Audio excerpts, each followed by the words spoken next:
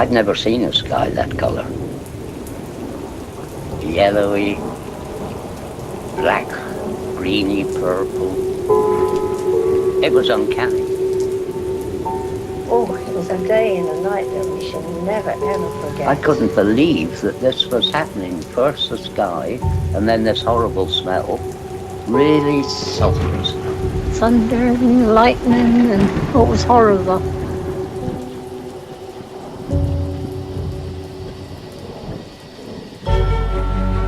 We're in very great danger from the pollution that's coming down over us.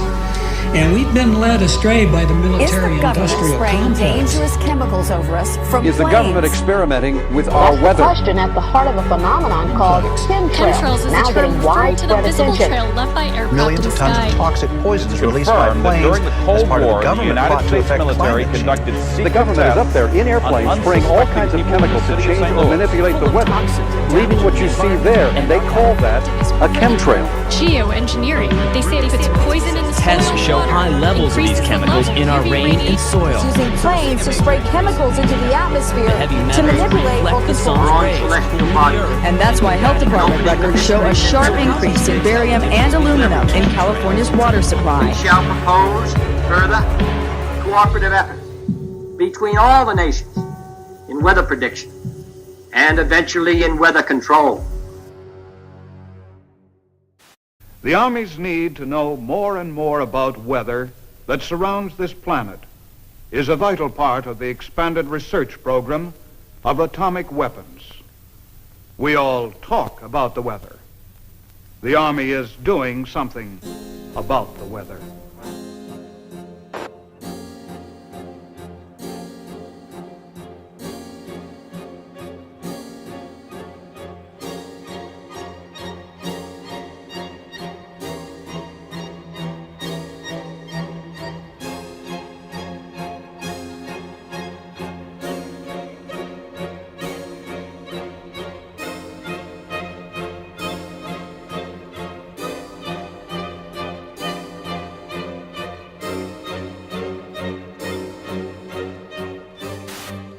I would like to take you into the laboratory and show you a few of the experiments that led us to our outdoor experiments in converting clouds into snow. Using our home freezing unit, such as this, we can form supercool clouds just like those in the natural atmosphere by taking a tiny piece of dry ice such as this and scratching it so a few tiny fragments fall into the supercool cloud. Long streaks develop. The particles grow very fast. They grow about 1 billion-fold in volume in a few seconds. Many millions of snow crystals form, and we get the same effect as is produced by dry ice. Dry ice is not particularly important as far as the fact that it's CO2. It is primarily important because it's colder than minus 35 degrees centigrade. This is a picture of the first cloud that we seeded back last November. Flying in a small Fairchild plane, and putting dry ice from a small dispenser in the bottom of the plane, and within minutes saw long streamers of snow falling from the base of the cloud and evaporating into the drier air below. Under many conditions, of course, full-fledged snowstorms will be produced in this way. Nature at last has permitted to do a little something about the weather. Using Schaefer-Langmuir techniques, the Army Signal Corps and Office of Naval Research began conducting many of these experiments. In 1947, Project Cirrus expanded to test cloud seeding on a hurricane traveling eastbound 350 miles off the coast of Jacksonville, Florida. They dropped 80 pounds of dry ice into the raging storm, only to realize that the hurricane suddenly changed direction and began traveling back towards the United States. Savannah, Georgia, was hit by record-breaking winds of up to 85 miles per hour. More than 1,500 people were left homeless, and at least 2 people died. The total damage was reported in the millions of dollars, and the project and its participants were blamed for what happened.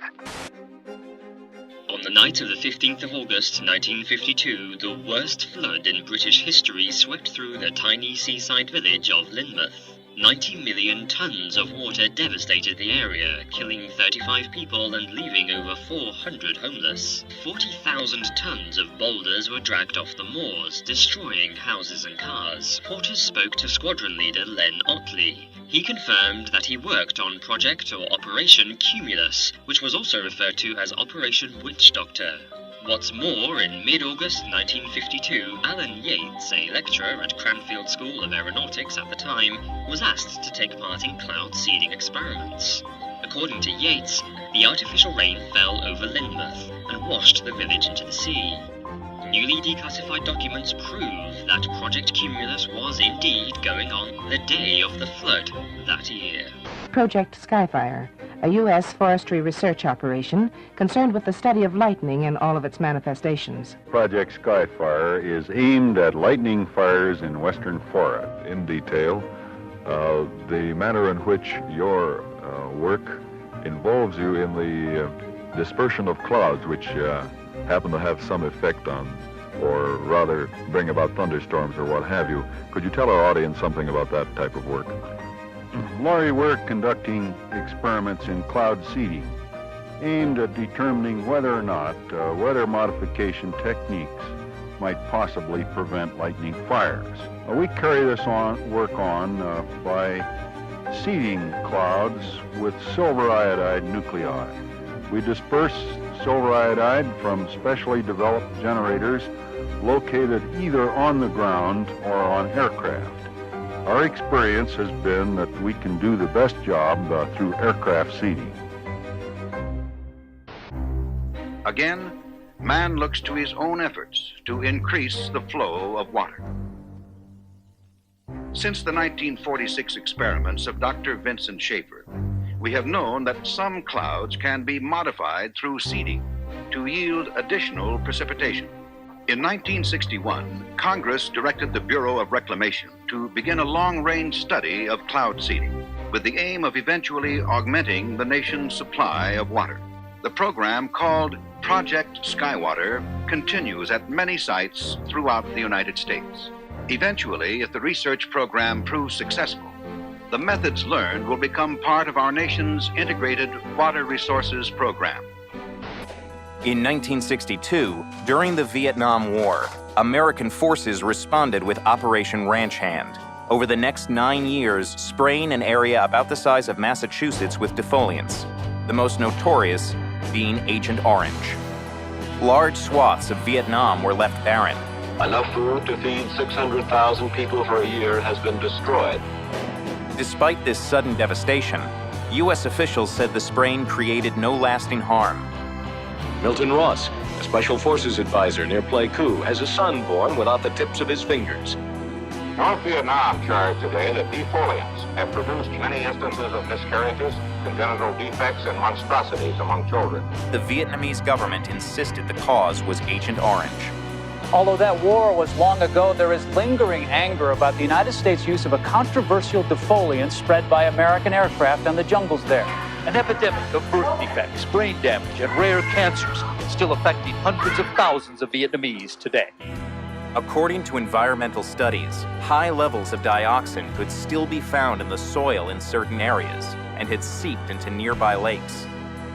Agent Orange was a safe product when it was used in the Vietnam War, and it's a safe product today. I got something to say. I want to know how come the fascist pigs have been seeding the clouds. Right. Last hour the airplanes going over twice with all the smoke coming out of them seeding the clouds. And I want to know, why that stuff is going down, man. And why doesn't the media report that stuff to the people, man? I'm telling you what happened. The planes come over for an hour and a half and they seeded all the clouds.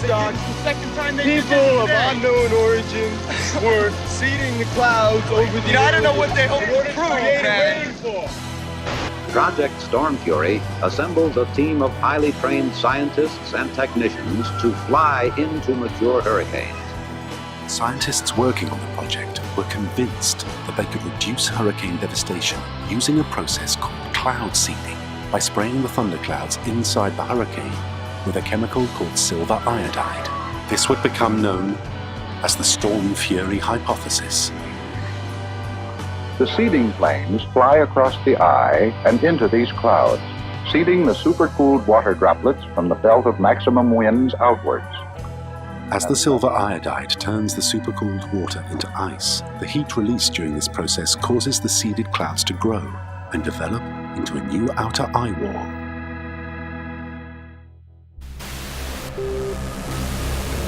At that time, the United States Army were in Vietnam. Pierre Saint-Amand was part of the team assembled in a top-secret cloud seeding operation known simply as Project Popeye. In May 1967, as monsoon clouds developed over the Ho Chi Minh Trail, Armand and his team put their new weapon to the test. We ejected the material so that it fell into the growing part of the cloud, and it rained very heavily out of it, and everybody was convinced with that one experiment that we had done enough. Project Popeye had opened the door to a new and dangerous type of warfare. Some said, if you control the weather, you can control the world. Military planners imagined loading the clouds with radiological, biological, or chemical agents and having them rain on demand. They could attack your enemy using the weather, but deny ever doing so. Allegations were made that cloud seeding had not only made jungle paths impossible, it had also killed thousands of innocent people. But this didn't stop governments from continuing to explore ways of modifying the weather, sometimes for highly questionable purposes. And that message calls for new frontiers, new visions. It calls for us taking the steps now that will make us no longer second in space and in science. It lays the predicate and the foundation for the development of a weather satellite that will permit man to determine the world's cloud layer and ultimately to control the weather, and he who controls the weather will control the world. It lays the steps that's necessary to provide a nuclear rocket that will produce benefits that are so unlimited that I couldn't tell you about them if I had all that. July 1976. Strange, unexplained blackouts in worldwide communications plague the globe and are covertly transmitting extremely low-frequency waves, otherwise known as ELF waves. It's called the Russian woodpecker because it was essentially that sort of clicking, pecking sound. In 1982, a report by Pentagon researcher L. Ponte alleges the Russian woodpecker signal is actually creating layers of artificial ionization in the upper atmosphere, which means it could have been bending the jet stream and altering global wind patterns. There's been a lot of research in military labs over what you can do with putting radio waves into the atmosphere. Some of the research indicates that one can move the jet stream around and thus induce weather conditions. It's no coincidence that the United States began building its own mysterious array of antennas. HAARP is the High Frequency Active Auroral Research Project, originally a joint effort of the Air Force and Navy in cooperation with a number of academic institutions. Of 180 antennas, approximately 72 feet tall, linked together to function as one giant steerable antenna. Steerable because it can aim millions of watts of ELF waves into one tiny patch of the atmosphere. HAARP is one of several ELF wave transmitters located all over the globe. Working in tandem, these transmitters alter the weather anywhere in the world, potentially changing the jet stream's course entirely. The intense energy being beamed into the sky by HAARP sends pulses of ELF waves into the ionosphere. The waves get reflected back down and pass through the earth and ocean. But HAARP's startling potential doesn't end there. It's linked to a strange phenomena occurring in our skies. On clear days, you can often see long white lines being traced high in the sky. They are contrails of jet aircraft, actually long, slender clouds. Weathermen are finding them especially fascinating because a theory is being developed that those long white lines may be changing our weather for the better. Details from Roger O'Neill. The exhaust from jet engines, usually seen as long, thin trails of white clouds behind high-flying jet airplanes, may be a big reason why there are 30 fewer days of sunshine a year in the Midwest now than there were in 1900. The daily range between high and low temperatures has also narrowed. In the absence of natural clouds, given the correct atmospheric conditions, jet aircraft in high frequency can almost completely cover the atmosphere with clouds. No one is trying to make clouds now using jet engines, but this study suggests that jet travel is inadvertently making our days more cloudy. And someday, weather researchers may be able to use jets on purpose to change our weather. Roger O'Neill, NBC News, Champaign, Illinois. And finally, a federal report today predicted possible catastrophic warming of the Earth by the 1990s with the strong climate change. Hurricane Gloria is moving on the East Coast tonight like a monster out of a science fiction film. 3,000 homes went underwater, and of those, almost 900 were destroyed. From 1987 through 1992, California experienced the most severe drought in the state's history. According to NOAA, an anomaly occurs in the jet stream. The winds appear to change direction, blowing east to west instead of west to east, indicating the jet stream coming into the west is suddenly much weaker than normal, causing a drought. By 1995, the jet stream returns to normal. Here there were huge problems with flooding, intersections and parking lots underwater, homes threatened, people trapped in the river that you see out here behind me, forcing those dramatic rescues.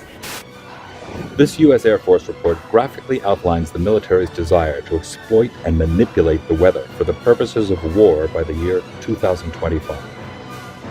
According to one of the most harrowing lines in this report, quote, "Weather modification is a force multiplier with tremendous power that could be exploited across the full spectrum of war-fighting environments."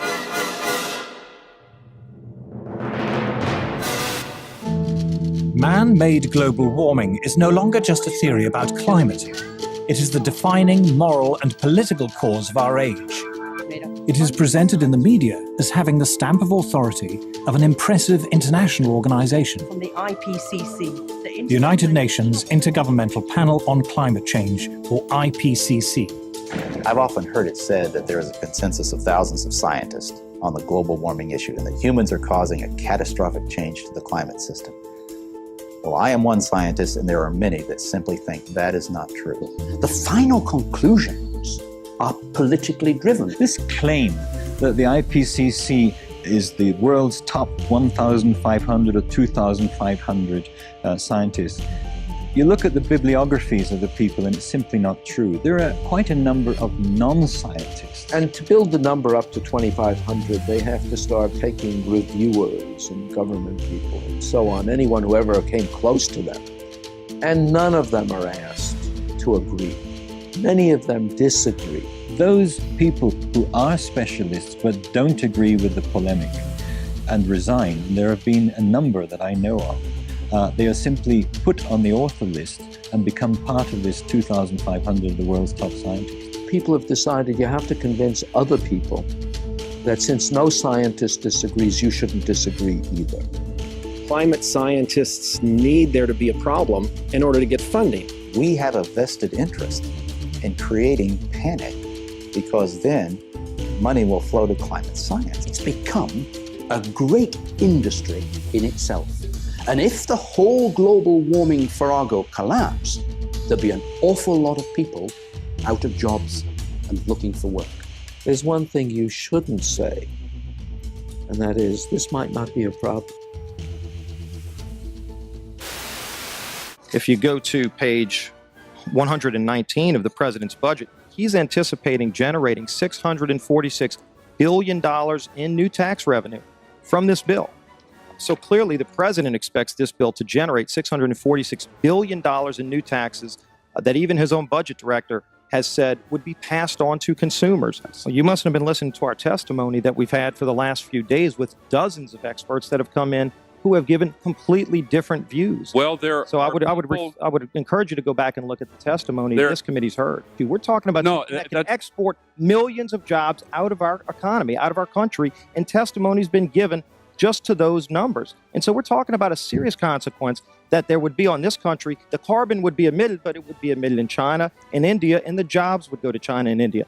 Do you want to man-made global warming pollution causes global warming. It's my understanding that back in 1997, when you were vice president, Enron's CEO, Ken Lay, was involved in discussions with you at the White House about helping develop this type of policy, this trading scheme. And is that accurate? Is it inaccurate? It's been reported. I don't know, but I met with Ken Lay, as lots of people did, before anybody knew that he was a right. crook. And clearly, you can see why so many of us are concerned about turning over this country's I energy didn't know him well enough economy. to call him Kenny Boy. You knew him well enough to help devise this trading scheme, and obviously we know what Enron and these big guys on Wall Street like Goldman Sachs, and I know you've got interest with Goldman Sachs. No. These people, well, that's been reported. Is that not accurate? No, I wish I did. I'm saying that there are going to be big winners and big losers in this bill. And I think that should be noted that companies like Enron helped come up with this trading scheme that would be Enron. I don't know if this is true or not, that some scientists are trying to figure out a way to block the sun to try to slow down global warming. Yeah, it's a measure of the feeling of desperation that some of them feel. Are they really thinking they could do that? Well, some of them are seriously proposing, and I think it's completely nuts. Yeah. You put another kind of pollution, sulfur dioxide, up to orbit, cover the atmosphere. The sky won't be really blue in the way it is now anymore, but it would block out some of the sun's heat so that we wouldn't have to take the difficult steps to stop spewing all this global warming pollution into the atmosphere. And of course, there are a lot of problems with what they're proposing. You could actually spray sulfuric acid in the stratosphere 20 kilometers over our head and use that to stop the planet warming up in a kind of ugly tech fix. You can spray something into the atmosphere to change. Spray pollution into the atmosphere to stop it warming. How do you do this? You'd start with a fleet of modified business jets and say 20,000 tons of sulfuric acid into the stratosphere every year, and each year you have to put a little more, and this doesn't, in the long run, mean that you can forget about cutting emissions. We will need to rein in emissions. We'll get to it eventually. But in the meantime, we're shrouding the Earth in sulfuric acid. So people are terrified about talking about this because they're scared that it will prevent us cutting emissions. Right, and also that it's sulfuric acid. We put 50 million tons of sulfuric acid in the air now as pollution, and it kills 1 million people a year worldwide. Okay, but it'll be better if we put more in. We're talking about 1% of that. 1% more, we're just killing 10,000 more people. You can do math. What happens to the sulfuric acid after it's sprayed? Does it just stay up there? No, it rains down, but it's a tiny addition to what we're already doing. Is there any possible way this could come back to bite us in the end? It actually turns out to be an old idea. This was known since President Johnson. You ever look at those planes up there? They have contrails behind them. Maybe all those planes with the contrails, maybe they're actually spraying chemicals into the atmosphere right now and Uncle Sam isn't telling us. It seems extremely unlikely. That the United States is not telling something to its citizens? That seems extremely likely to me. Read the newspaper. I think they might have your idea already. This geoengineering idea in its simplest form is basically the following. You could put fine particles, say sulfuric acid particles, sulfates, into the upper atmosphere, the stratosphere, where they'd reflect away sunlight and cool the planet. There's lots of mystery in the details, and there's some bad side effects, like it partially destroys the ozone layer, and I'll get to that in a minute, but it clearly cools down. And one other thing, it's fast. I guess the thing I haven't said about this is it is absurdly cheap. It's amazing how we can affect the planet. The one thing about this is it gives us extraordinary leverage. This improved science and engineering will, whether we like it or not, give us more and more leverage to affect the planet, to control the planet, to give us weather and climate control, not because we plan it, not because we want it, just because science delivers it to us bit by bit. What is geoengineering? It's really two very different things. One is ways that we would alter the amount of sunlight the Earth absorbs, and so cool the planet, partly offsetting the effects of carbon in the atmosphere, and that's called solar radiation management, or in some technocratic way, SRM. And the other one is to take carbon out of the atmosphere, so-called carbon dioxide removal. Before we get on to solar radiation management, let me ask you about the carbon dioxide removal. A Royal Society report here in the United Kingdom back in 2009 said that no method of carbon dioxide removal has yet been demonstrated to be effective at an affordable cost with acceptable environmental impacts, and they only work to reduce temperatures over very long timescales. I think that's exactly right, and I can say that both as an author of that report and as somebody running a startup company trying to capture CO2 from the air. Before we get into the pros and cons of it, how solar radiation management might work. conceptually it's simple. The doing it is not the hard part, but you could use aircraft or other methods to deliver literally tons or millions of tons of very small reflective aerosols, tiny particles, say, to the upper atmosphere. Spraying them out at a high altitude. Correct. Isn't one of the problems with the climate and studying the climate is that it's incredibly difficult to know exactly how it works. It is very difficult to model. Sure, it's impossible to know exactly, but you can still learn a lot. So we actually ran a survey almost a year ago now that took data, high quality data, from 1,000 people in the UK, Canada, and the US to try and understand public support for research on these technologies and what kind of political leanings influence people's decision to be for or against. And in fact, we found pretty broad support for research. But that particular opinion survey that you're talking about, it also came up with the finding that 64% of subjects agree that humans should not be manipulating nature in the way suggested by solar radiation management. Exactly. Well, that would suggest that there isn't particularly broad support at the moment for the theory behind this. There's not broad support for doing it, and I think that's quite a healthy thing. I mean, I'm one of the people who, maybe starting 20 years ago, most helped to open the door to get public conversation going on this thing. How do you think, in that case, the public can be convinced, given that there is, as we saw with this project in Britain, tremendous skepticism even about research at what you say is a very, very benign level? Public opinion will evolve over a long time, and from my point of view, the goal is to try and make that public opinion be able to be shaped by facts as well as possible, and also shaped by people's values. It's not to promote this. So actually, well, it is in part to promote this. I mean, you're a great enthusiast for this, and as you said, you have your own private company, which is... my private company works on a very different part of it, which doesn't suffer from these governance challenges. But it is all to do with the issue of geoengineering. I mean, you know, it's an incredibly sensitive topic. I actually don't think my job is promoting it. My job is to help clear thinking and clear knowledge about the tools we have to regulate climate risk, among them this one. And I'm perfectly prepared to find that results show that we should never do this. So if it works, and again, we don't know it does, it provides some protection in the near term.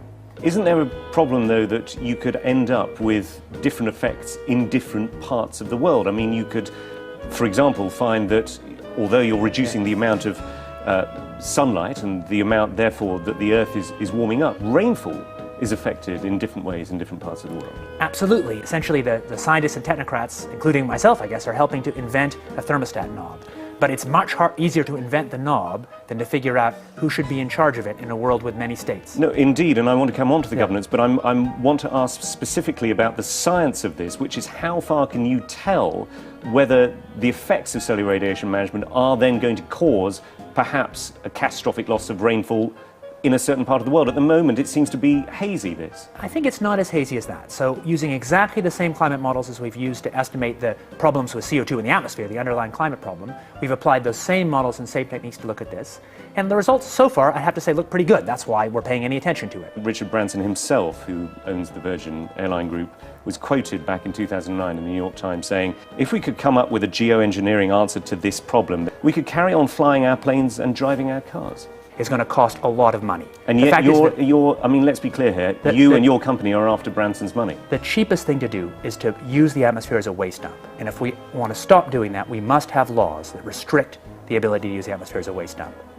My question is, are you not concerned that you and your company, Carbon Engineering, is looking for money from people like Richard Branson? It's funded, I think, in part by Murray Edwards, who is a key figure in tar sands, which is seen as one of the dirtiest fuels on the planet. It is. Are you not slightly concerned about the people who you're getting into bed with? I'm happy to take money from serious folks who have a broad set of interests.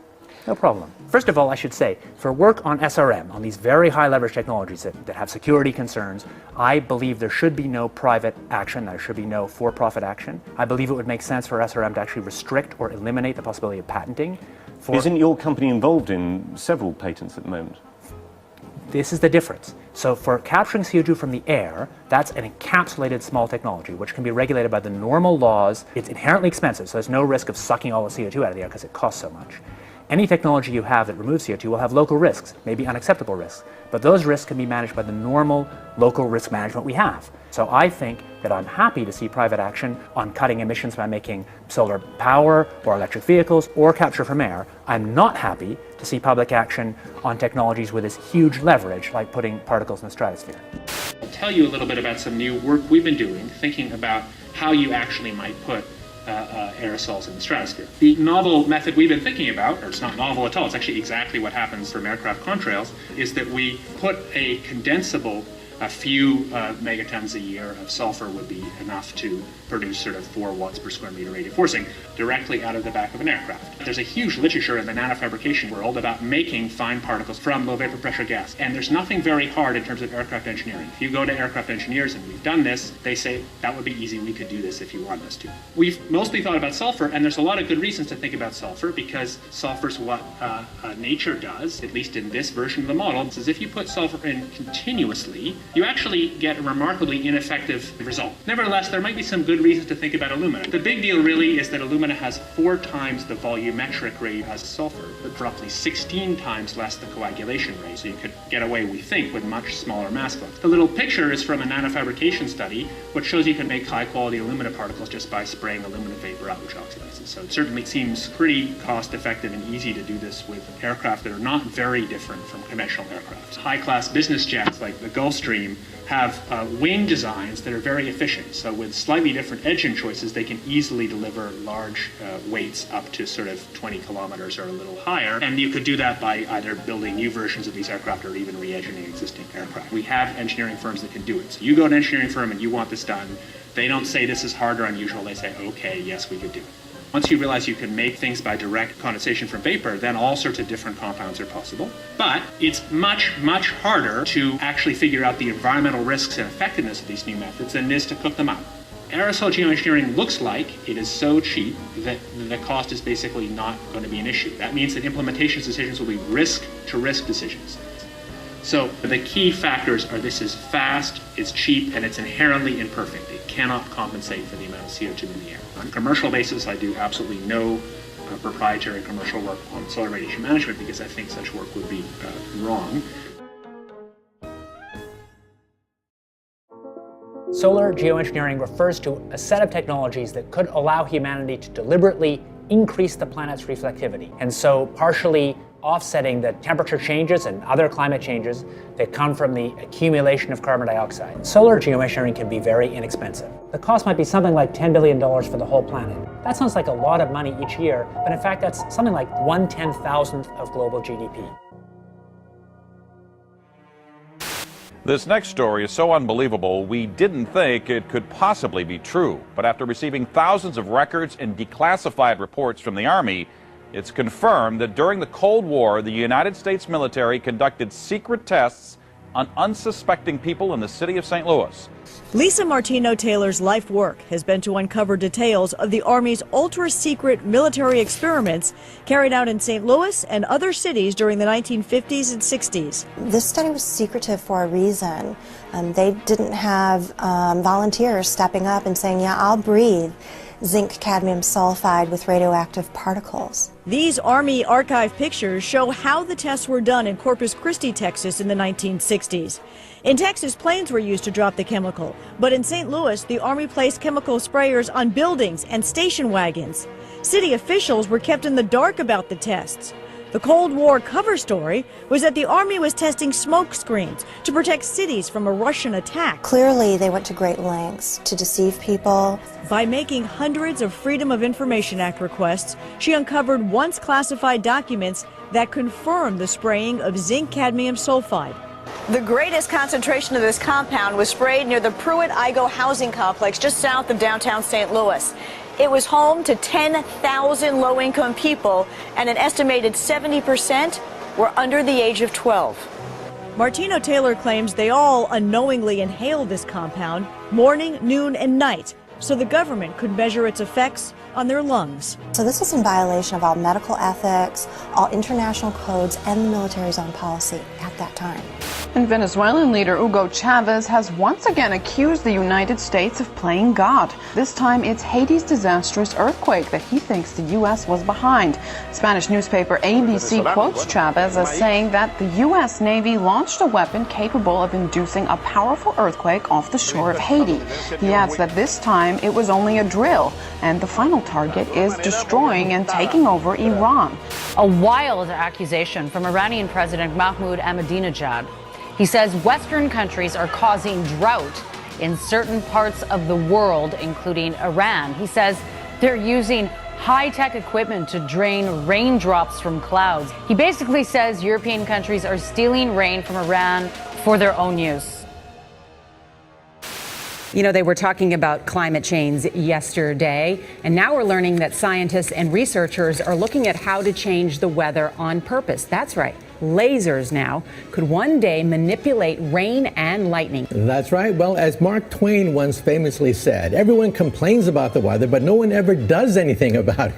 Well, instead of doing a rain dance, we physicists are firing trillion-watt lasers into the sky to actually precipitate rain clouds and actually bring down lightning bolts. When you have water vapor and you have dust particles or ice crystals, you can precipitate rain. It condenses around the seeds.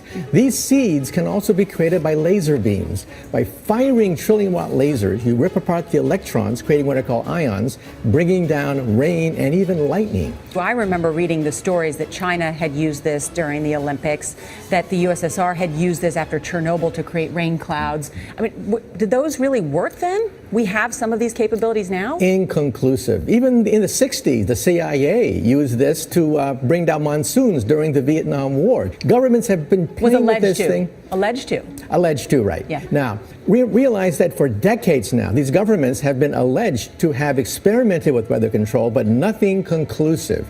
We're actually using trillion-watt lasers now. They precipitate rain out of water vapor. Sure enough, you can actually bring down electricity down the beam. The bad news is, if it's a clear blue sky, it's not going to do anything at all, because it only takes water vapor that's already in the air and condenses it.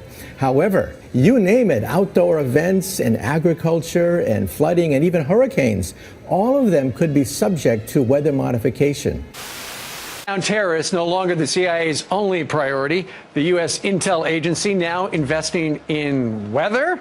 Well, they're looking into something called climate engineering or geoengineering, which is a way to manipulate the climate to mitigate the effects of global warming. And they think that maybe this might pose a national security threat in the form of exacerbating water shortages or causing more regional instability in places like Darfur or in India-Pakistan region, in the Kashmir region. So they want to find ways of mitigating climate change, and they're investigating, are there possible ways of doing that? Scientists have been researching this have been thinking about this for quite some time. There are two general ways of engineering the climate. One is called solar radiation management, which is putting particles into the atmosphere. So like if you think of a volcano explodes and it releases particles and that cools down the planet. So that's one way. You can put a balloon up in the atmosphere and spray particles. And then another way would be to possibly bring down carbon dioxide out of the atmosphere in a process called carbon capture and storage. They're basically funding research by the National Academy of Sciences. Okay, so the CIA is not trying to control the weather. We've tried that before and it doesn't really work, but they're trying to impact climate change. They want to have a lot of tools in the arsenal in case climate change is as bad as some scientists believe it is. They want to have a way of mitigating it. You told one of our producers at this point it's pretty doubtful this is a viable terror threat right now. I don't see I don't see the CIA. Yeah, I don't think that it's going to be an immediate threat. It's definitely something that's going to be a long-term, decades down the line sort of thing. Well, there you go. Another example is the array of technologies, often referred to collectively as geoengineering. One that has gained my personal attention is stratospheric aerosol injection, or SAI, a method of seeding the stratosphere with particles that can help reflect the sun's heat in much the same way that volcanic eruptions do. An SAI program could limit global temperature increases, reducing some risks associated with higher temperatures and providing the world economy additional time to transition from fossil fuels. This process is also relatively inexpensive. The National Research Council estimates that a fully deployed SAI program would cost about $10 billion yearly. Now, I could go on and on and on and on about the things that fascinate me, but rather than talk about them, I thought I'd stop here. Thank you, Senator. The Air Force has gotten great value out of HAARP in the past. We took over from the Navy and managed it and actually did a number of experiment campaigns up there and have finished our work that we're interested in doing up there. We've moving on to other ways of managing the ionosphere, which the HAARP was really designed to do, was to inject energy into the ionosphere to be able to actually control it. And but that work has been completed. The Air Force has maintained the site for other government agencies to use for several years now. And with DARPA completing their project, that's our last government customer that we have in the site. We have put out a call for other agencies that had interest in managing the site or taking it over, including going out to academia.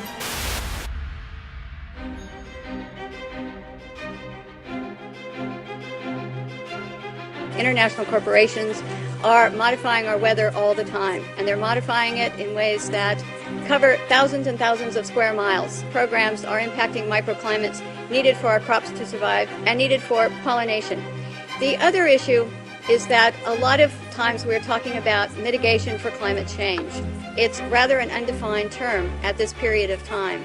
And so what happens is that many times we're talking about artificially putting chemicals like sulfur or particulates into the atmosphere in what they call geoengineering schemes to reduce, supposedly, global warming. And if you take and you put up into our skies chemicals to reduce the amount of sunlight reaching the earth, you are going to begin to reduce crop production. Without the process of photosynthesis, whereby plants from direct sunlight gain the energy to grow, to produce crops, we are going to find ourselves, if we mitigate in that direction, impacting the crop production not only here in the United States, but worldwide. What you're seeing now, a lot of times many scientists know, especially at NASA and in other areas, that the skies that we're seeing are not normal cloud formations. These are man-made. In California, the State Department of Health drinking water tests were examined between 1970 and this year, and we found unusual spiking in barium, aluminum, strontium, manganese, and all of these spiked at the same time in various drinking water supplies across the state of California and also in Arizona. So what's happening with these atmospheric tests is that aluminum, as one example, gets into the root systems of our trees, and it looks like the trees are dying of drought, but they're not. Many of our forests in Redding, California and other areas are dying from warmer temperatures produced by persistent jet contrails, also impacting tree health and crop health. They know from scientific studies back in the 1970s that they deplete beneficial ozone in the atmosphere by releasing nitric acid. The death dumps, otherwise known as chemical trails, are being dropped and sprayed throughout the United States, in England, Scotland, Ireland, Northern Europe, and I have personally seen them not only in the United States but in Mexico and Canada. Birds are dying around the world. Fish are dying by the hundreds of thousands around the world. This is genocide. This is poison. This is murder by the United Nations. This element within our society that's doing this must be stopped. I personally have observed the planes in Lincoln, Nebraska at the Air National Guard. They have no markings on them. They're huge, bomber-like airplanes with no markings. This is a crime. Crime against humanity, crime against America, crime against the citizens of this great country.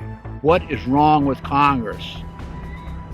This has an effect on their population and their people and their friends and their relatives and themselves. What's wrong with the pilots who are flying these airplanes? They're dumping this crap, this poison, on their own families. Somebody in Congress has to step forward and stop it now. Thank you. I'm Ted Gunderson. I conducted air sampling, I conducted soil sampling, and I was getting high levels of these contaminants. When I started asking the question again under a new commander, I never in my life thought I would have somebody look me in the face and tell me, "Is there something wrong with you? You've been looking really depressed lately. You know I can put you under a mental evaluation for up to 120 days. Who would take care of your daughter?" Because I was divorced at the time. As soon as I heard that, I knew. It validated everything I ever thought. And I thought, I've spent 9 years of my life trying to protect human health, and here we are violating law after law after law. Just sitting here, instead of protecting the people, we are poisoning the people. And you ask yourself, if this is true and we are spraying the people, where are the pilots? Where are the people? I don't know if you pay attention, but look at Snowden. Look at Manning. People don't come forward because these supposed Whistleblower Act protections that you have, are not enforced, they're not supported, and they really don't exist. Geoengineering is occurring, it's been occurring, it is not new, and your tax dollars are funding this. So it is unethical every day for all the other people that are out there that work in preventive health, or even physicians that aren't speaking about this. They need to. The biggest hurdle that we have is disinformation sites. I never say them, but I'm going to today, so that you know if anyone ever gives these to you as a reference to debunk you, it's Metabunk and Contrail Science. Those are two websites that are ran by a government shill named Mick West. He is a computer gaming programmer who tries to tell you about persistent contrails. So somebody who isn't even credentialed in chemistry or physics or ecology, none of that, is trying to tell you that you're crazy. You have to understand that I have met people who used to be purposeful disinformation trolls, as we call them. These people are paid to get you on board to believe a website or an article. So I just want everyone to know and understand that of all things, of all the freedoms that we are losing, geoengineering is the #1 issue that we are facing. Because you can have guns and money and you can have everything. If you don't have food and water and you are dying of respiratory or neurological illnesses, what does it matter? So you've heard about vaccines and you'll hear, about smart meters and you'll hear about other issues. These are all systemic effects. We are getting overexposed to toxins. People will tell you fluoride's in the water, but it's not a lot. It is a lot because you're getting it everywhere in your food, water that you drink, and you're getting it in your vaccines. Our bodies cannot metabolize these toxins. There's the debate. Is it a condensation trail or a chemical trail, something with an additive in it? And I couldn't bite the chemical trail issue for a long time. Give me a reason, give me a motive. And so I started time-lapsing the sky. And there was this one day where I saw a series of planes go by, but one trail persisted and the others didn't. And as that trail slowly faded away, 2 other planes came along. One hit the exact end of it and another went through the middle. How could these planes be aware of, or better yet, even be remotely concerned with what's going on with the debris from another plane? And as I time-lapsed the sky more and more and more, and at higher and higher resolution as the technology improved, it was a godsend, because you could see even the little planes were part of the bigger program. So they had to be at a precise place at an exact time to reveal a disturbance in a trail that may have only been in the sky 10 seconds. It went beyond correlation. And we're dealing with a massive, massive ballet in the sky. Yeah. We've got a program that is loose on the planet and is this guise of climate change, but it is this program we're seeing at work. As I became more aware of technologies, I looked at these clouds, at these patterns with different eyes, with a different understanding. And what I've learned is that these chemtrails help the technology align these patterns, align these vibrational structures which direct our weather today. When I found out about this first, I couldn't believe that I had never seen it before, because I'm from County Wexford, which is known as the sunny southeast in Ireland, and we have always boasted the highest sunshine hours in the country, and we are also underneath one of the busiest air corridors in the world. When I started to find out about chemtrails, I started to look up and I realized that, yeah, these trails do linger all day, and they go horizon to horizon, and you look to your old photographs and you don't see these kind of trails. So I suppose when the penny dropped was when I saw what in the world are they spraying. That's really when this whole thing kind of made sense to me, because it was explained in a documentary. People knew what they were talking about, and this made a lot of sense. This is a government program to control the weather, and if you think about it, if you want to dominate and control the planet, this is the ultimate weapon to do that. So the Irish media now are normalising weaponised air as a reality that we must get used to. They are blaming car emissions and coal pollution, but there's no mention of the elephant in the room, the hundreds of millions of tons of substances being sprayed into our atmosphere every year, like aluminium oxide, which David Keith and other geoengineering proponents are proposing spraying into our skies. They will never admit these programs are going on, but we know they are going on because 2004, the Civil Aviation Authority in the UK conducted an investigation into cabin air quality, and one of the peak materials found was aluminium. So what the hell is aluminium doing floating around up at cruising altitude? So now Monsanto miraculously have an aluminium-resistant seed that can grow in aluminium-contaminated soil. Why would they have such a thing unless they knew of a problem that was down the line or already happening? Last year in 2015, a study came out of Keele University in the UK, and bees were found to have had massive high quantities of aluminium in their brains. This is a big problem. We need bees to keep the food chain sustained and to keep it alive. And now Monsanto have recently bought a bee research company called Biologics in 2012. And they have genetically modified a bee that can only pollinate Monsanto crops. And also, this bee is resistant to all pesticides. So why would they want to design such a Frankenstein creation unless they knew of a problem that already existed or a problem that was in the pipeline? Dementia now is the biggest killer in women in the UK. And what's the main cause of dementia? Aluminium accumulation in the brain cells. We are in the fight of our lives. All sources needed for life to exist are under direct attack from these programs. Oxygen, sunlight, and water. Once you know about this, you have a duty of care to get involved. As a caretaker of this planet, we must all come together to stop these programs because we can do it. Once you find out this is going on, you understand that the air you breathe is being compromised. Things don't get any worse than that. You're standing at the end of the plank, what else do? You got to take action, otherwise you are condoning what's going on. Silence is compliance. So we got to speak out. We spend a lot of time outside looking up at the sky, and not a lot of people do that anymore.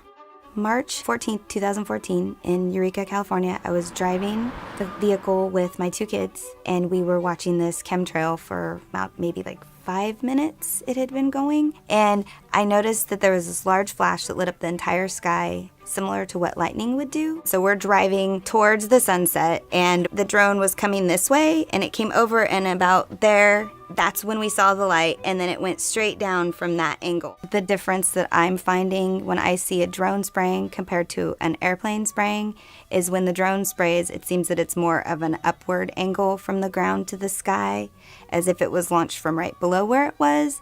And with the plane sprayers, it seems like they go from one side of the horizon to the other side. The reason that the people probably stand on the sidelines is because, you know, they don't really want to stand out. And I don't mind standing out. That's part of my personality since forever.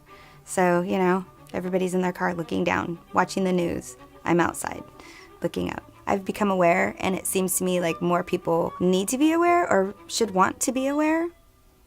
My name's Jack Falsrock, and I'm Madra Maui. I grew up on the east side of Mount Shasta. We went out and hunted and gathered all of our food all the time. That's when I first started noticing that something was wrong with the earth. Then I started seeing things in the sky that was not supposed to be there. And then I seen that what caused those things was the planes that was flying over, and they were polluting the sky. And I was wondering why don't they care about the sky? What I noticed, you know, is this really strange weather. You know, it really disrupts everything. You know, I noticed that too. You know, how when it gets cold sometimes. And then it gets hot, and then it gets cold, and it gets hot. You know, it disrupts this environment here, you know. I mean, anybody that understands when they grow things, you know, they know that the weather can't change like that. You don't have to be a scientist to understand that. And when you disrupt that, when you keep putting these clouds in between the earth and the moon, you're going to disrupt the whole world. You're going to disrupt man, you're going to disrupt all these animals. You know, that's why it's not good to change the weather. The weather's how it's supposed to be. It's like what they're spraying over there with the mosquitoes. They say those things so they can scare people so they can continue doing that. And that's all they do is scare these people so they can, oh, we got to do this, we got to do this. And there's nothing to be afraid of in here. Everything was created beautiful. Are you not happy? You know, go some other earth. Go over there. You know, get on your plane and go somewhere else. You know? They stop spraying the chemicals. We can heal. We will heal ourselves just like the earth will heal. If they stop the chemicals before it's too late. And people really begin to understand, you know, really, really understand. I know that people accept the sky the way it is now because they're so used to it. And it's really sad. We should stop using all the chemicals that we use. And trying to control the things that we shouldn't even control. Quit using the chemicals. Quit using the chemicals in the sky.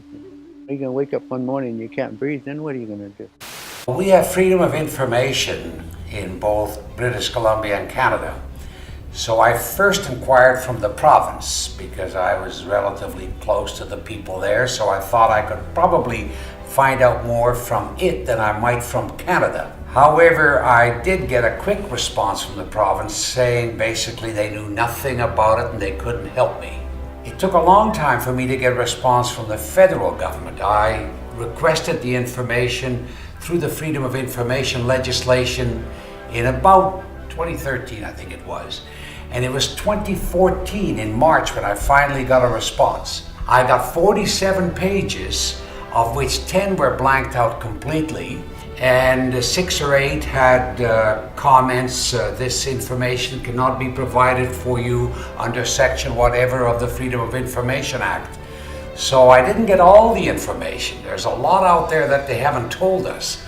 But they told me enough that it basically confirmed for me and for all of those that the report was provided to that yes, it was happening. And I think there needs to be more an awareness among the people. The more we talk about chemtrails, what's happening, we're being rained upon with aluminum, barium, strontium, all of that, and the effects, of course, we're feeling here as well. It's recognized in the report from the federal government of Canada that this will affect geoengineering, as they call it, chemtrails, solar radiation, whatever you want to call it, will affect climate. It's reflecting back the sunlight, but it also recommends or recognizes in the report that it's going to have different effects in different places. The moment governments admit that this is happening because of what it is they're doing, there's a liability, there's a responsibility, and that for them is a problem. So as long as the people are relatively quiet and they're more interested in a football game, a baseball game, or whatever it is today,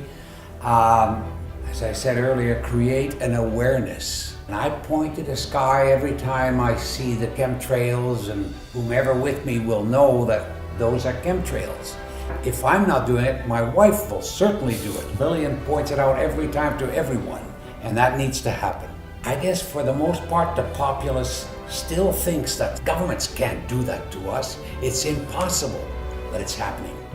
If the government came out, or the bureaucracy or whatever came out and said, we're very involved in genetically modified foods, or we're creating chemtrails, which means that you're being rained upon with aluminum or whatever, that would probably not go over too well. That would be politically very unpopular. You would have an outcry, you would have a protest, you would have a mini revolution. So they're going to try and keep it down as much as possible.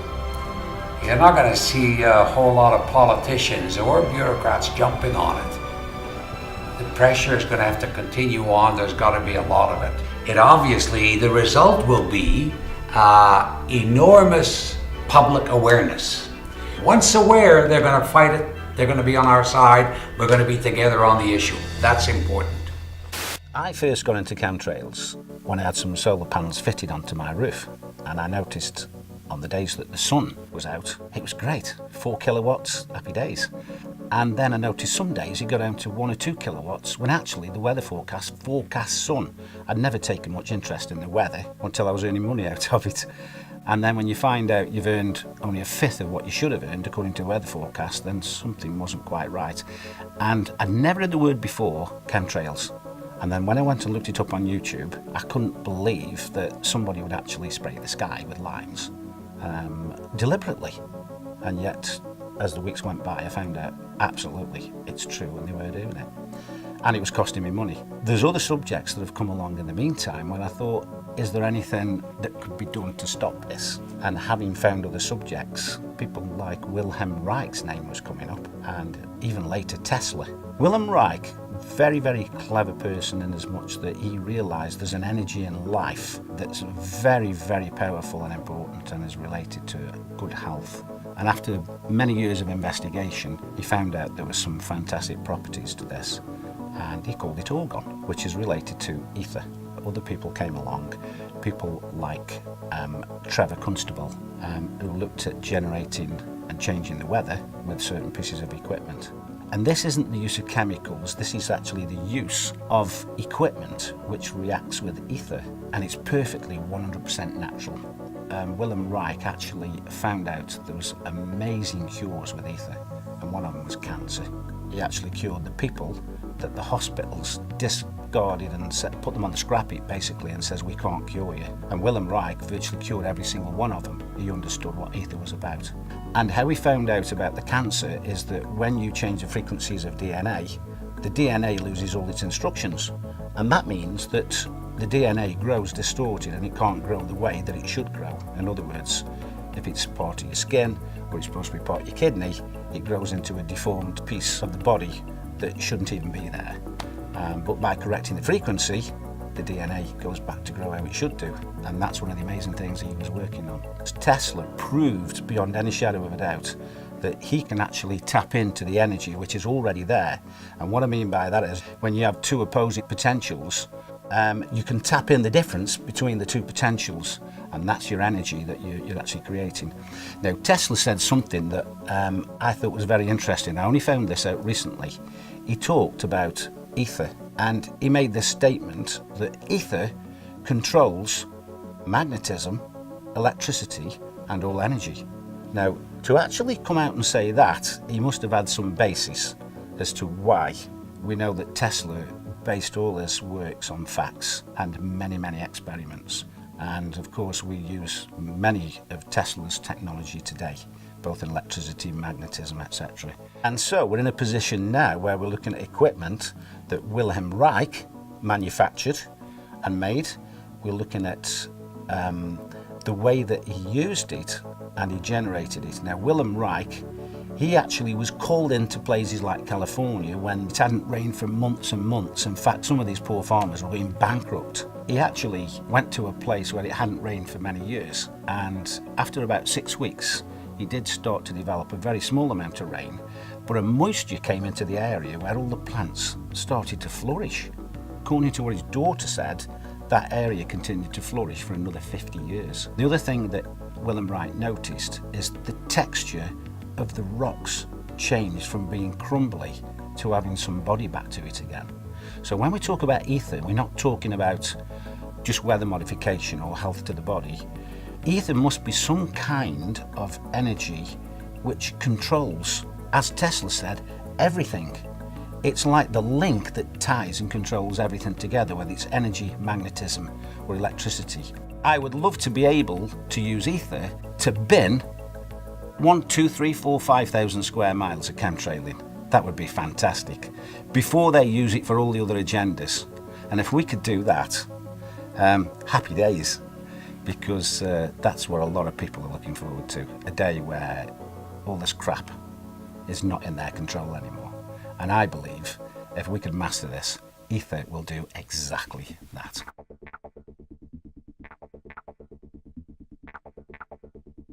Tonight we're going to talk about this. We're going to talk about the sickness behavior. We're going to talk about why people are having these problems. We're going to talk about how the trails are affecting us, because they are now. There's no doubt. Even the EPA said so. They just made mention of it about, a couple months ago, actually, last summer. They admitted it. The EPA said it's affecting you. 888-673-3700. That's 888-673-3700. I'm Clay Lewis. You're listening to Ground Zero, and we'll be back. In the United Kingdom, they just published their mortality statistics for 2016. And you'd expect, okay, what's top 3? Cancer, heart attack, stroke. Always has been. Number 1, dementia. Number 1. Which of course includes Alzheimer's, which is caused by aluminum. They found carbon nanotubes in Parisian lungs. In Turin, half of the children had severe DNA damage from nanoparticulates. And there's a study that came out recently showing how nanoparticles interfere with the nuts and bolts of the internal workings of your cells and cause rheumatoid arthritis, which is just one of the very many autoimmune diseases we're all coming down with. We don't need any more evidence. We need to get this out into the public consciousness and say, oh, hell no. I wanted to let you know that there was a study that was released back in the summer of 2016, the Environmental Protection Agency. They declared that emissions from jet engines endanger the health of human beings and the environment. They pointed out they were investigating the possibility that lingering contrails, this is what they called them, lingering contrails contribute to dangerous heat waves, more powerful storms, lengthening of fire seasons, and other dangerous consequences. Well, there's a new study about air pollution that's revealing that, once again, the particulate, the aluminum and barium that we talk about in the trails, is creating dementia. For older women, breathing air that is heavily polluted by metals and other sources of fine particulates nearly doubles the likelihood of developing dementia, and the cognitive effects of air pollution are dramatically more pronounced in women who carry a genetic variant known as APOE, that's APOE-E4, which puts them at higher risk for developing Alzheimer's disease. There are so many things going on, and it's because these nanoparticles are disrupting the workings of our cells. Our bodies attack ourselves, and it goes nuts. But just concentrating on what's being sprayed is only half the story. The electromagnetic aspect of this is devastating. The Russians were using the woodpecker program back in the 80s. They could change right here. Yeah, because it's very long wavelength. It travels a very long distance. And it's such simple technology. Our body's resonant frequency is 5 hertz. All you have to do is just point that at someone, and if you pick someone up and shake them at 5 times a second, they'll fall apart. There's so much research on the cognitive, physiological, and other effects of electromagnetic radiation on our bodies and our minds. And, put a burrito in the microwave, it does something. You'll often find you just be going about along with your day, and then suddenly, bam, you're extremely tired, you just have to sleep. And you'll find a lot of people at the same time will have those things. You'll have people getting similar muscle spasms in different parts of the body all over the place. I mean, it's full spectrum warfare. The electromagnetic, the spraying, all these sort of things. In Scotland last year, between 2014 and 2015, the death rate from respiratory failure went up 14% in 1 year. That's statistically significant. Why aren't they asking, why, is this massive jump? Italy's death rate overall went up 11%. This is carnage. So when you're looking at the spraying, it could be private contractors doing it, Sure. Weather modification, it could be a number of things that they're doing. Geoengineering, of course, Matt, he was the one that introduced me to the idea of geoengineering being used and doing the studies of geoengineering. That's what we talked about the last time you were on the program.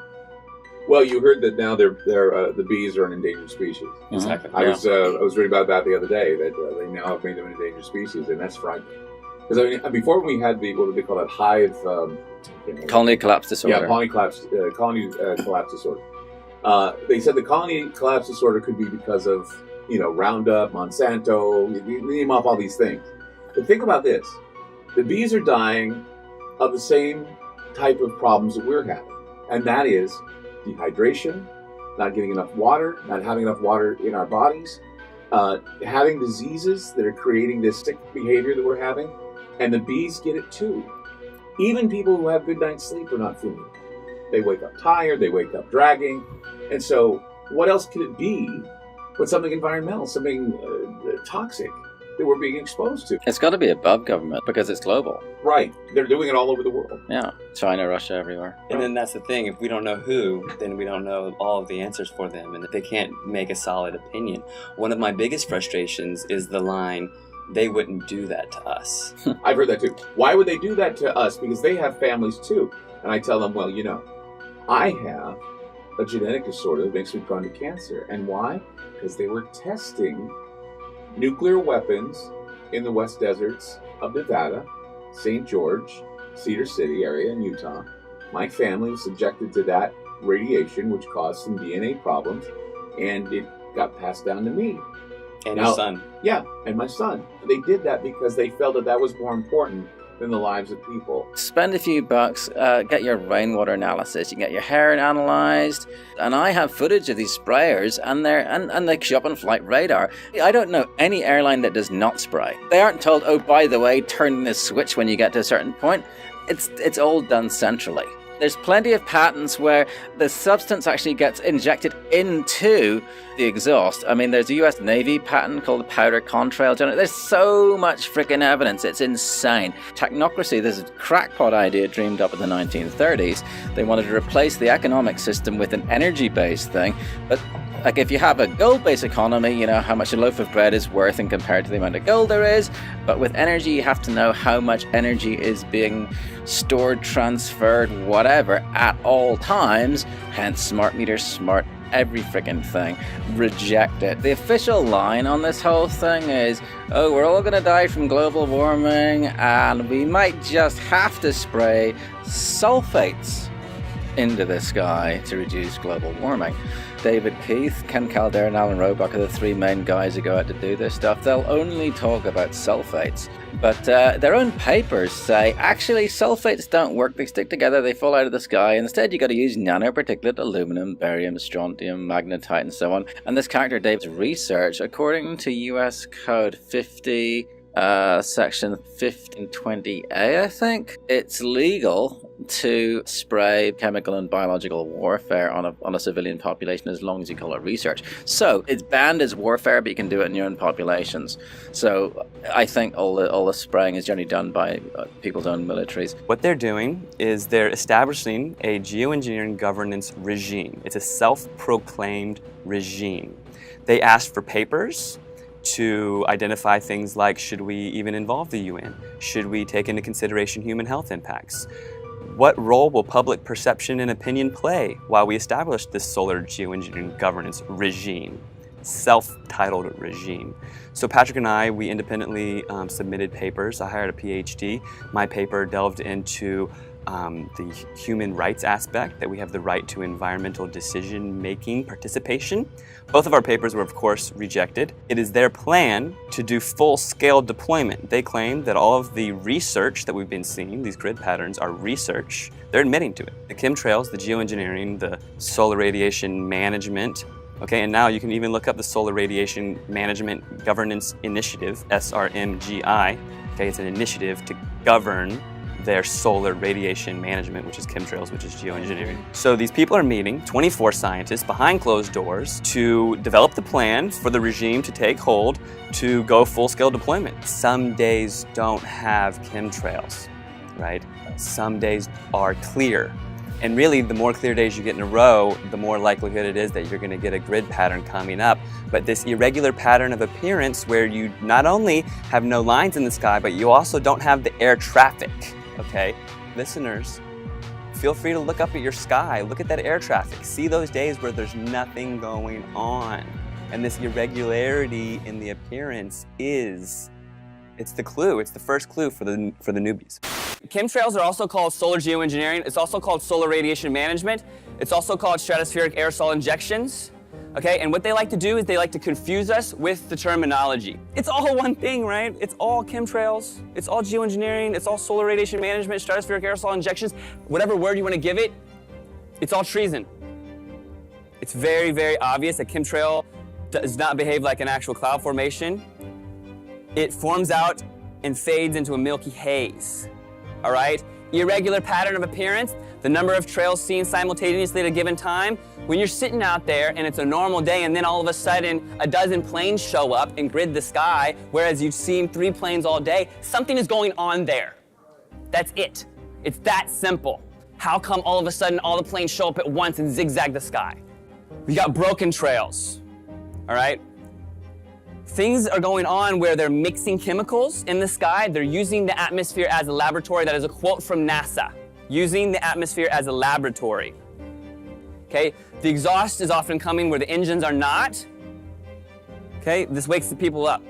In 1983, we had 50 companies, right? 90% of the media. 1983, 50 companies encapsulated the 90% of the media. Now it's been consolidated down to 6 companies. Those 6 companies are owned by just a couple families. Everything is controlled. They hand a script to the entire nation. And your local broadcaster is reading something that was planned to build your mental construct to control the way you think about everything. A child's happiness is priceless, especially on a birthday. A child's happiness is priceless, especially on a birthday. A child's happiness is priceless, especially on a birthday. A child's happiness is priceless, especially on a birthday. A child's happiness is priceless, right? Especially on a birthday. A child's happiness is priceless, especially on a birthday. A child's happiness is priceless, especially on a birthday. A child's happiness is priceless, especially on their Civil society actors that, quote, manifest the will of the public. They call these astroturf because almost everything has been co-opted. They contemplated how they were going to convince us that we need solar geoengineering to block out the sun. They say society is lousy at strategy, but we are not. A few suggested that to shift the conversation in productive ways, geoengineering will be characterized publicly as a terrible choice. We'll start the conversation by introducing them this problem, and we'll tell them that it's a horrible idea. Problem, reaction, solution. So here they come out immediately. Geoengineering, a horrible idea. Geoengineering climate fixes could harm billions. During this short time frame, Forbes magazine, Washington Post, chemtrails are not real, showing a picture of chemtrails. So if you're new to this, you're being educated by your trusted news sources, okay? And they're telling you there's nothing to see up there, don't worry. But wait in 6 months, they're gonna tell you they've got a cure for global warming, and it's identical to what they have proven to you does not exist. Geoengineers to spray sun-reflecting chemicals from a balloon. They think that we're so dumb that we see the lines coming out of the planes, we see these rare halos going around the sun, and then all they have to say in the newspaper is, well, we're gonna use balloons, don't worry. Geoengineering gets green light from federal scientists, 2017. March 25th, we've got new clouds for you, 12 of them. 12 new clouds? And how does this correspond to this entire agenda push? And the name for these vapor trails, Homo mutatus, which literally means man-made. The World Meteorological Organization has decided to add 11 new cloud classifications. That's to their international cloud atlas, and this is a big deal because it is the first time they've added anything in 30 years. Forget being on cloud 9, we are on cloud 12 because that's how many new types of clouds have been added to this historic update coming from meteorologists. I'm a little biased, right? Exciting stuff, guys. All right, so the new types include the Volatus or roll cloud, which has been designated as a whole new species. You can see it gets its name from this long horizontal tube-like shape. Next one up, we have the Cavum, or the hole punch cloud. This big circular gap is sometimes caused by aircraft taking off and landing. Very easy to see, right? Makes sense there. And we also have the Spiritus. These are gorgeous. It's actually my favorite. It's kind of looking like it waves while you're underwater. I mean, these are actually beautiful. I mean, check these out. And then finally, we also have the big surfer waves of the Fluctus cloud. So beautiful, right? There's just a sample of the new additions that we have. Meteorologists, sky watchers, daydreamers, we're all geeking out, guys. The meteorologists are all part of that same program. They're all getting handed a script and they're told to read it and they have no choice. And already it's time for governance, okay? This is something that they just shoved down our throats for the past few months, and they say they're gonna be doing it in the future, and they say don't worry that it's not real 6 months ago. Now they're already talking about how are they gonna govern it. They're pushing this agenda full speed ahead. They're already talking about how to govern something that we're still slowly waking up to, that they're gonna be doing it to us publicly. This very small group of globalists claim that they have the exclusive rights to saving us and that we don't get it and they do. This is all of our skies, this is all of our air, this is our children's future. Everybody is involved here, all right? There was a time when people got pissed and they did something about it and they made things change, okay? They know that they can program you through social media, okay, and we can't let that happen. It's up to us to carry this information forward. It's up to us to be the change. And if we don't do it, we're not gonna have any sun. Thank you.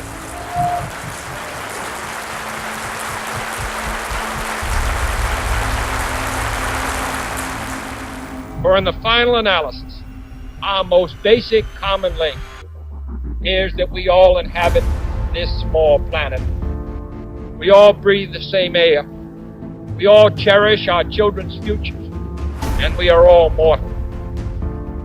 Geoengineering, chemtrails, forced vaccinations, population control, weather modification, war games. We have not given consent. You cannot spray the atmosphere with toxic chemicals and expect no ramifications. These chemicals go into our food, our air, and our water supply. Ill effects of these have been recorded as headaches, flus, breathing problems, skin problems, and my major concern is Alzheimer's disease. Aluminium causes nerve damage. Fluoride in the water works with aluminium in the air to cross into our brains. At this moment, about 24,700 young people around the age of 30 and above have Alzheimer's. In the next 10 years, 400,000 people in Australia will have dementia. It is now the third leading cause of death in Australia. About 10 years ago, I did a degree in environmental management. It's concerning to me that in that short time, we were brainwashed to believe in population control, that our Earth could not sustain itself if we didn't intervene. The Earth has enough resources for everyone. We need to change our thinking, but also change our actions. If you have never heard of these terms before, then please start looking at the sky and make your own decisions.